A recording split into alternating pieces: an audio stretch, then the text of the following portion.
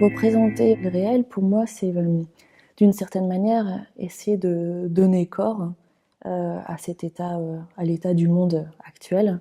Donner corps, donc c'est donner à voir, mais rendre perceptible un certain nombre de choses que nos sociétés et nos choix de société vont générer.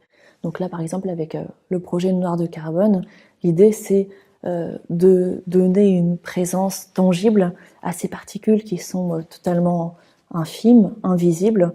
On est à l'échelle du micron. Et pourtant, ces particules ne connaissent absolument aucune frontière, que ce soit donc des frontières géographiques, mais aussi des frontières entre l'extérieur et l'intérieur de nos corps.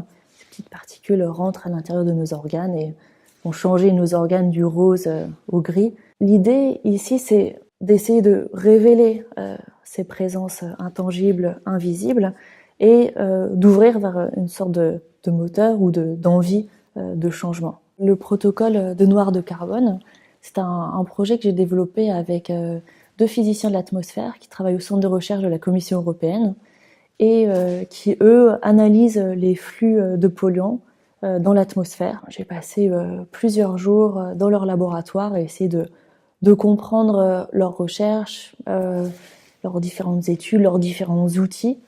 Et de ces temps d'échange est né un protocole, l'idée de suivre une particule de noir de carbone. Ils révèlent bien dans leurs observations que c'est pas parce qu'on habite dans un espace particulièrement dense et pollué et urbanisé que le niveau de particules et de particules fines est plus élevé.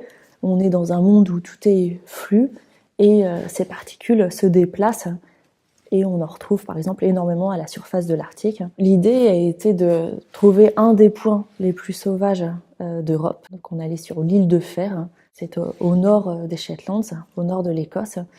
Et arrivé sur cette toute petite île, après 7 heures de bateau, j'ai pu leur envoyer mes coordonnées géographiques.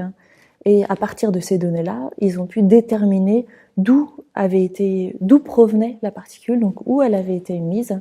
Donc ils m'ont envoyé une cartographie qui montrait un parcours avec un point de départ, un point d'émission de la particule dans le port de Folkestone, dans le sud de l'Angleterre.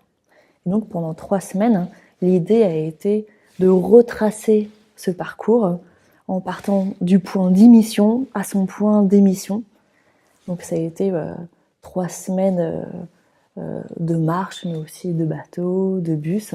Et chaque jour, le principe a été de collecter une photographie du ciel et en même temps des particules qu'on rencontrait en chemin.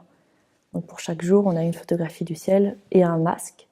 Donc à la fin, un peu plus de 15 masques que j'ai pu envoyer aux physiciens et qui, eux, ont pu extraire les particules des fibres du masque.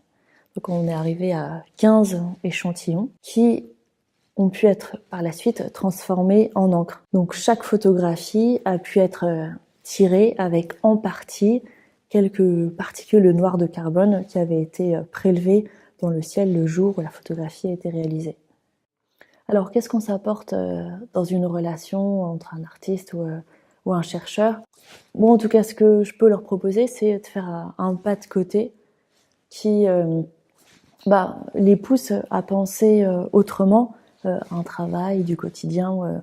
Donc ça, j'ai pu le voir de manière assez claire avec les physiciens avec qui j'ai pu travailler. Avec les anthropologues, je pense que c'est aussi un autre rapport sensible au monde que je vais pouvoir leur proposer. J'ai l'impression de grandir intellectuellement à la suite de chaque projet, d'aller articuler avec eux des problématiques, de définir encore plus l'axe de recherche que je suis en train de suivre. La mise en fiction est particulièrement importante dans mon travail. Je laisserai de côté les termes d'artifice ou d'illusion parce que l'idée est vraiment pas de tromper et d'embarquer dans un récit juste pour le plaisir de cette illusion, mais c'est vraiment utiliser la fiction comme un outil qui peut amener à un changement. Je pense pas que l'art peut directement contribuer à une construction d'un autre réel, mais en tout cas à proposer, expérimenter ces autres rapports au monde et contribuer à construire une sorte de réservoir de l'imaginaire où on peut aller puiser quand on est face à une impasse. Donc je pense que c'est le moment d'aller puiser dans ce réservoir.